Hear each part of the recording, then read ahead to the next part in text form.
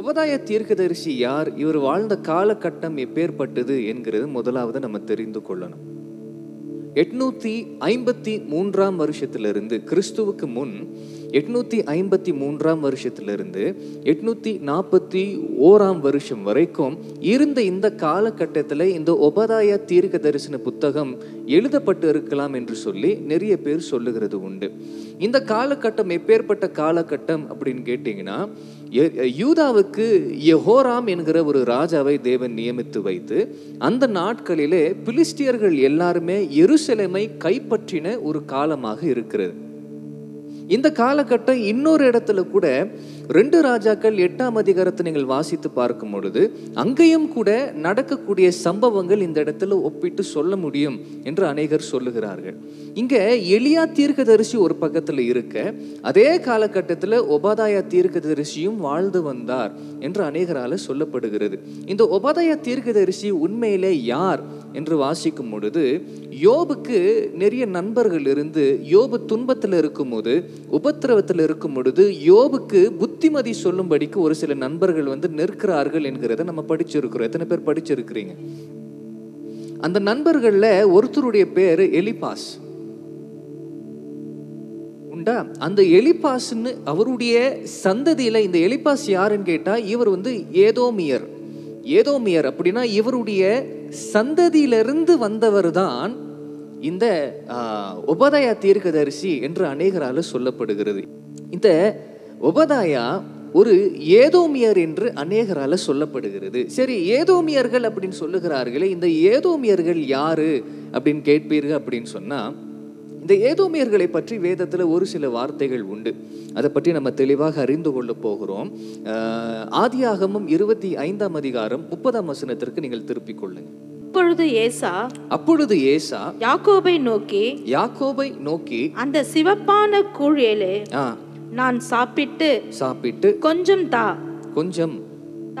தா இளைத்திருக்கிறேன் என்றான். இதனாலே அவனுக்கு ஏதோம் என்கிற பெயர் உண்டாயிற்று. பாருங்க, வசனத்துல சொல்லப்படுகிறது, ஏசாவுக்கு ஏதோம் என்கிற வேறு ஒரு பெயரும் கொடுக்கப்பட்டு இருக்கிறது. இந்த ஏதோம் என்கிற பெயருக்கு அர்த்தம் என்ன அப்படின்னு கேட்டீங்கன்னா, ஏசாவும் யாக்கோபும் அவர்கள் இரட்டையர்களாக பிறக்கிறார்கள். இவர்கள் இரட்டையர்களாக பிறக்கிறார்கள் அப்படின்னு வரும் பொழுது அந்த பிரசவ நேரத்துல நடக்கக்கூடிய காரியம் என்ன நமக்கு தெரியும். ஏசா முதலாவது பிறக்கக்கூடிய பிள்ளையா இருந்து, ஏசாவுக்கு அவருடைய தோள் மேல எல்லாம் நிறைய முடி இருந்து, அந்த முடி, அந்த ரோமங்கள் எல்லாம் சிவப்பு வர்ணத்துல இருந்தது, சிவப்பு நிறத்துல இருந்தது அப்படின்னு சொல்லப்படுகிறது. அதனாலே தான் அவருடைய பெயர் ஏதோம் என்று வைக்கப்படுகிறது. அப்படின்னா ஏதோம் என்கிற வார்த்தைக்கு சிவப்பு என்கிற ஒரு அர்த்தம் வருகிறது. அதனாலதான் அவர் ஏதோம் என்றும் அழைக்கப்பட்டார். ஏசா என்கிற ஒரு பெயர் இருக்க, ஏதோம் என்கிற இன்னொரு பெயரும் அவருக்கு கொடுக்கப்பட்டது. இப்ப இவர் நிறைய பேரை திருமணம் செய்து, நிறைய ஸ்திரீகளை திருமணம் செய்து, அப்படின்னா அவர்களுடைய சந்ததி, அவர்களுடைய சொந்த குடும்பத்தை சேர்ந்தவர்களே அவர் திருமணம் செய்யல, வேறு இடத்துல இருந்து திருமணம் செய்தபடினாலே அவருக்கு ஒரு சந்ததி உருவாகுகிறது. அந்த சந்ததியாருக்கு எல்லாம் ஏதோமியர்கள் என்று பெயர் வருகிறது. அல்லேலூயா. அந்த ஏதோமியர்கள் மூலியமாக பிறந்தவர் ஒபதாயா தீர்க்கதரிசி. Praise the Lord. இவர்கள் தான் ஏதோமியர்கள். அல்லேலூயா. இந்த ஏதோமியர்களை பற்றி வேதத்துல இப்பேற்பட்ட காரியங்கள் நம்ம வாசிக்கிறோம். ஆனா எதினாலே இந்த ஏதோமியர்களுக்கு விரோதமாக தேவனுடைய வார்த்தை வெளிப்படுத்தப்படுகிறது என்கிறதை நீங்கள் அறிந்து கொள்ளணும். ஆமென். Price God. எதினாலே ஏதோமியர்களுக்கு விரோதமாக தேவன் ஒரு வார்த்தை, ஒரு தீர்க்கதரிசியை கொண்டு, அதுவும் அந்த தீர்க்கதரிசி ஒரு ஏதோமியராய் இருந்து ஏதோமியர்களுக்கு விரோதமாக ஒரு வார்த்தை எதினாலே வெளிப்படுத்தப்படுகிறது? அதற்கு சில காரணங்கள் உண்டு. அதை தான் இன்றைக்கு நம்ம தியானித்து அறிந்து கொள்ள போகிறோம். ஒபதய தீர்க்க தரிசன புத்தகம் அதே முதல் அதிகாரத்துல முதலாவது இருக்கக்கூடிய வசனங்களை நீங்கள் வாசிங்க. விசேஷமா 3-4 வசனத்தை வாசிங்க. கண்மலை வெடிப்புகளாகிய உன் உயர்ந்த ஸ்தலத்திலே குடியிருந்து என்னை தரையிலே விழத் தள்ளுகிறவர் யார் என்று, என்னை தரையிலே விழத் தள்ளுகிறவன் யார் என்று உன் இருதயத்திலே சொல்கிறவனே, உன் இருதயத்தில் சொல்லுகிறவனே, உன் இருதயத்தின் அகந்தை உன்னை மோசம் போக்குகிறது. உன் இருதயத்தின் அகந்தை உன்னை மோசம் போக்குகிறது.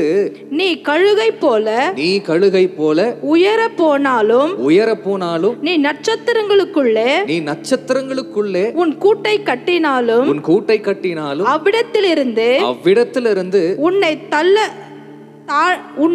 உன்னை விழத் தள்ளுவேன் என்று கர்த்தர் சொல்லுகிறார். ஹல்லேலூயா. இப்ப இந்த ஏதோமியர்களிடத்தில் இருந்த ஒரு பிரச்சனை என்ன? தேவன் பார்க்கும் பொழுது பரலோகத்திலிருந்து அவர் பூமியை எப்படியாய் பார்க்கிறார் என்கிறது நீங்க தெளிவாக புரிந்து கொள்ளணும். வேதத்தின்படி நம்ம வாசிக்கும் பொழுது தேவன் ஒரு மனுஷனை மனிதன் பார்க்கிற விதத்துல பார்க்கிறவர் அல்ல.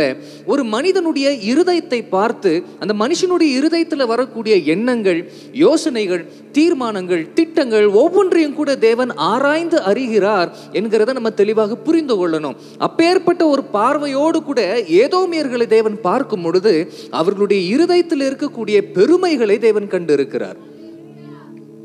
நம்மை தேவன் பார்க்கும் பொழுது நாம் எதை வெளிப்படுத்துகிறோமோ அதை பார்க்கிறதை பார்க்கிலும், நம்ம எதை காட்டுகிறோமோ அதை தான் தேவன் பார்க்கிறார் என்கிறத நம்ம எடுத்துக்கொள்வதை பார்க்கிலும், நம்முடைய இருதயத்தில் என்ன மறைந்திருக்கிறதோ, என்ன ரகசியமாக இருக்கிறதோ, என்னென்ன யோசனைகள் நம்ம ஒளித்து வைக்க முயற்சி எடுக்கிறோமோ அந்த காரியங்களை மாத்திரமே தேவன் பிரபலமாக, பிரதானமாக பார்க்கிறார் என்கிறது புரிந்து கொள்ளுங்க. அப்படிதான் இந்த ஏதோமியர்களுடைய இருதயத்தில் இருந்த பெருமைகளை தேவன் பரலோகத்திலிருந்து பார்க்கிறார். பார்க்கும் பொழுது ஆண்டவர் ஒபதாயா, அவனும் ஒரு ஏதோமியன், தேவன் அவனிடத்துல வார்த்தைகளை கொடுத்து அவர் அனுப்புகிறார். இவர்களிடத்தில் நீர் பேச வேண்டும். என்ன பேசணும் ஆண்டவரே? இவர்களுடைய பெருமைக்கு விரோதமாக நீ பேச வேண்டும். இவர்களுக்குள்ள இருக்கிற அந்த அகந்தைக்கு விரோதமாக நீ பேச வேண்டும். இவர்கள் என்ன யோசித்து கொண்டு இருக்கிறார்களா பாருங்க. என்னை இங்கிருந்து கீழே யாரால தள்ள முடியும்?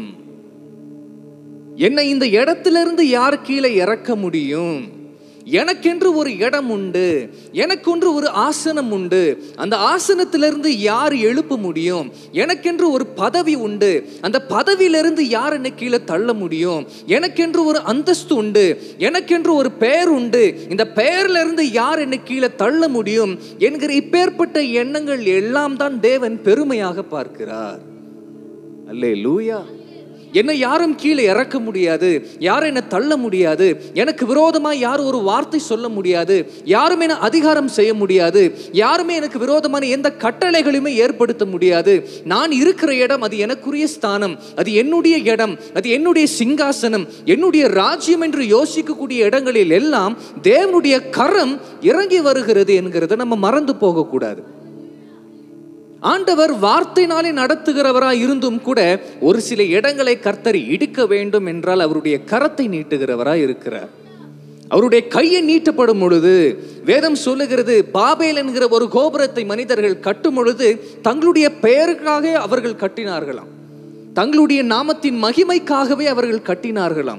தங்களுடைய பெயர் எல்லா இடத்திலும் பேசப்பட வேண்டும், மனிதர்கள் இன்னொரு மனிதனை பார்த்து பெருமையாய் பேச வேண்டும் என்று சொல்லி ஒரு பெரிய கோபுரத்தை அவர் கட்டிக்கொண்டே இருக்கும் பொழுது தேவன் கீழே இறங்கி வந்து அவருடைய கரத்தின் வல்லமையை வெளிப்படுத்தினார். ஆண்டவர் பாஷைகளை குழப்பி போட்டார். அந்த கட்டடம் அதோடு கூட முடிஞ்சு போயிடுச்சு. அல்லேலூயா. பெருமை எங்கே இருக்கிறதோ கர்த்தர் அங்கே எதிர்த்து நிற்கிறார். கர்த்தர் அங்கே விரோதமாக வருகிறார். அது யாரே இருந்தாலும் கர்த்தர் விரோதமாக வருகிறார். தானே வளர்த்து வந்த ஆட்டுக்குட்டியா இருந்தாலும் கூட அது பெருமை கொள்ளும் பொழுது கர்த்தர் அதை வெட்டி போடுகிறார். அல்லேலூயா. Praise God.